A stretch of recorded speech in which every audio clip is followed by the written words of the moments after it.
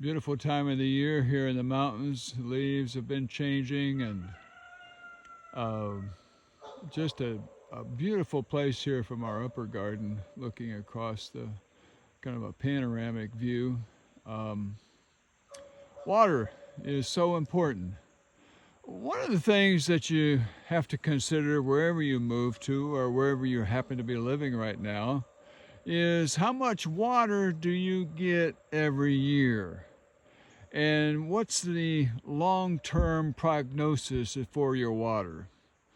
Many who live out west or in the desert, you live in places where you get very little water. It's a tough thing right now. You have to consider how much water do you get in terms of rainfall every year. Here in the mountains, there's an app that is in Google. If you Google it, there's an app that you can plug in your zip code, and it'll tell you how much rainfall, your average rainfall is per year. And for us in Burnsville, it's 52 inches a year. The average for the U.S. is 38 inches.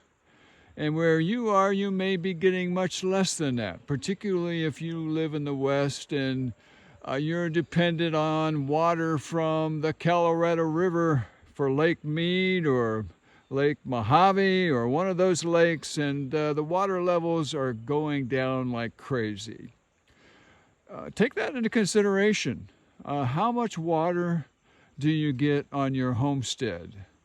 Because if you don't get enough in terms of rainfall, the springs are going to dry up, the streams are going to dry up. It's so important to get enough water.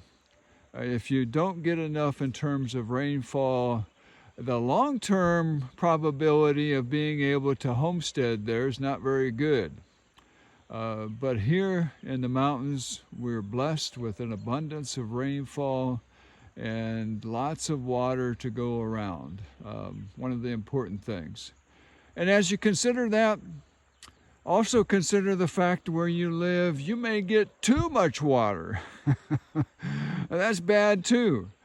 Particularly if you live close to the ocean and you find that there's things like tidal surges or from a hurricane, those kinds of things.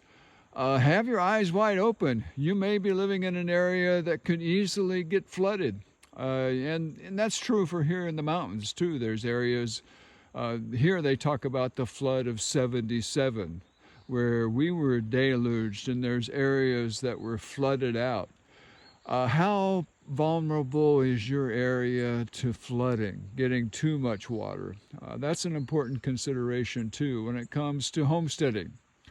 Have your eyes wide open. Do some research. If you're in an area where you can't have drinkable water, or if you don't get enough water, consider going somewhere where you can, because water is the most important consideration when it comes to homesteading. Being able to have a reliable source of good water. Think about it. It's so important. As we think of common sense homesteading, you have to have some common sense when it comes to this area. A good source of water. Thank you very much.